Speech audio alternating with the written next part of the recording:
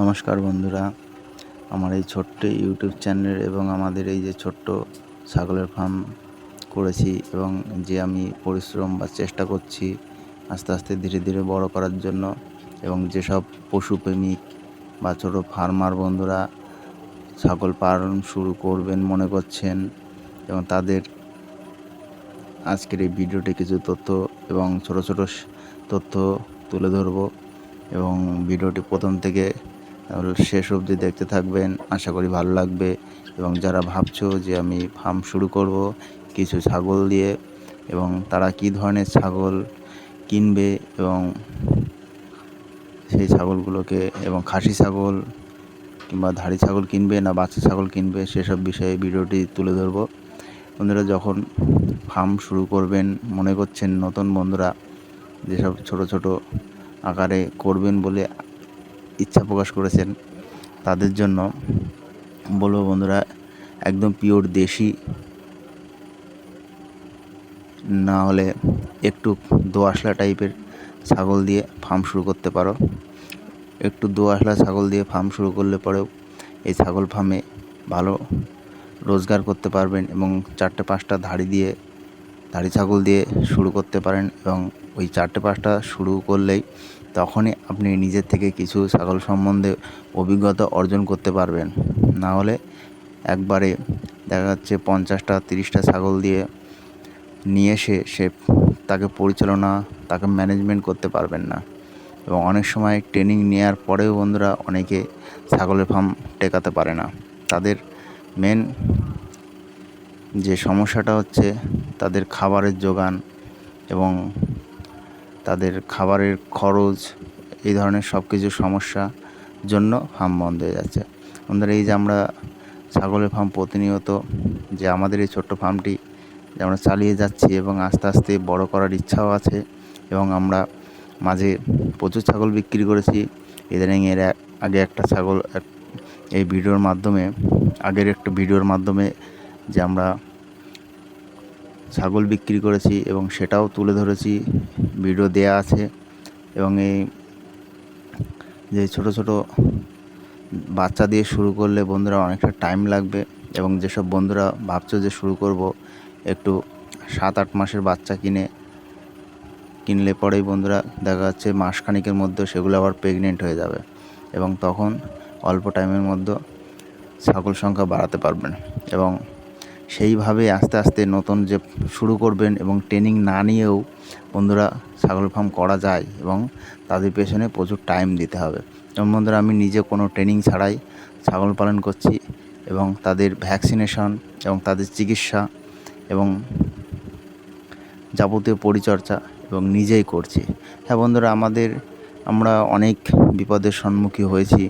আমাদের ছাগলের বাচ্চা মরেছে, এবং তার থেকে আমরা কিছু শিখেছি, এবং কিছু পেতে গেলে কিছু ত্যাগ করতে হয়। তেমনই আমরা এদের ছাগল পালনের ক্ষেত্রে সেটা হয়েছে আমাদের। এবং আমরা যে লাস্ট কিছুদিন আগে আমাদের যে ফার্মের ব্রিডারটা বিক্রি করলাম বন্ধুরা, সেটা আমরা 17,000 টাকা বিক্রি করেছি। এখনও আদান ছিল, মানে 6 দাঁত কমপ্লিট হয়েছিল, পুরো 8 দাঁত কমপ্লিট হয়নি, এবং আমাদের কিছু সমস্যার জন্য আমরা বিক্রি করে দিলাম। এবং তারই প্রোডাকশন এসব বাচ্চাগুলো দেখতে পাচ্ছ। এবং কিছু ছাগল ডেকেছিল, আমরা দেখাইনি, এবং আমাদের বিটারের অভাবে আমরা পার্শ্ববর্তী আশেপাশে তেমন ছাগল না থাকার জন্য, এবং আমরা খোঁজ পেয়েছি পরবর্তীতে যখন ডাকবে বিটার, সেই বিটারের কাছে আমরা নিয়ে যাব। এবং বন্ধুরা, এর মধ্যে আমাদের 2টো ছাগল প্রেগনেন্ট আছে, এবং দেখা যাচ্ছে সপ্তাহখানেকের মধ্যে বাচ্চা দেবে। যে আমাদের যে এইটা ব্রিডিং ফার্ম ছোটো আকারের সেট আপটা আমরা করেছি, আমরা প্রতিনিয়ত বাচ্চা পেতেই থাকি। এবং কিছুদিন আগে সবথেকে পুরনো ধাড়ি, আমাদের যে বয়স্ক ধাড়িটা, তার একটি খাসির বাচ্চা হয়েছে, এবং তার আগের এই খাসির বাচ্চা হওয়ার আগে ধাড়িটি অ্যাবর্শন হয়ে যায়, কোনো ক্রমে অ্যাবর্শন হয়ে যায়। তার কিছুদিনের মধ্যেই আবার গাভিন হয়, এবং আমরা তার থেকে একটি খাসির বাচ্চা পেয়েছি। এবং এই ধাড়িটা দেখতে পাচ্ছ, এটাও কিছুদিনের মধ্যে বাচ্চা দেবে। এবং আমি বিকেল টাইমে ছাগলগুলোকে নিয়ে এসেছি মাঠের দিকে। এবং আমরা প্রতিনিয়ত যে বন্ধুরা একবেলা করে ছাগল মাঠে রাখি, তার থেকে আমাদের প্রচুর খরচটা কম হয়। এবং আর আমাদের ঘাস লাগানো আছে, সেটাও দেখাবো। সেই ঘাস আমরা প্রতিনিয়ত বিকেলে আমাদের এই ছাগলগুলোকে দিয়ে থাকি। এবং আমরা বিকেলে ঘাস কাটতে এসেছি দুপুরের দিকে, এবং সেই ঘাস কাটা কমপ্লিট। এবং আমি একটু ঘুরে ঘুরে দেখলাম জমিতে, অনেক দিন যাওয়া হয় না, জল দেওয়ার পরে বাবা এর মধ্যে ঘাস নিয়ে এসেছিলো। এবং আমাদের পাশের সাইডে পাট বোনা হয়েছে। এবং এই যে ঘাসগুলো দেখতে পাচ্ছি, এগুলো এর মধ্যে ইন্দোনেশিয়ান বাহুবলী এবং একটা লাইন জারা ঘাস আছে।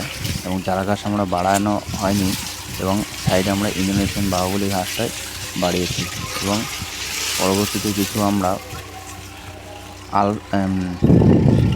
ব্ল্যাকবেরি ঘাসের চারা নেওয়ার ইচ্ছা আছে, এবং একটা লাইন বসানোর ইচ্ছা আছে।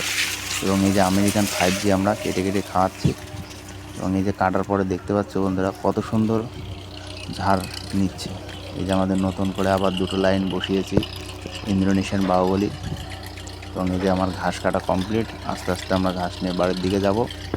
এর মধ্যে আমরা কিছু আমেরিকান 5G ঘাস একদমই গোড়ার থেকে তুলে দিয়েছি, এবং তার মাঝে মাঝে আমরা ইন্দোনেশিয়ান বাহুবলী ঘাস বসিয়ে দিয়েছি। এবং কিছু আমেরিকান 5G ঘাস রাখা হবে, এবং আর বাদ বাকি তুলে দেবো। বন্ধুরা, ভিডিওটি ভালো লাগলে অবশ্যই লাইক, শেয়ার, কমেন্ট করে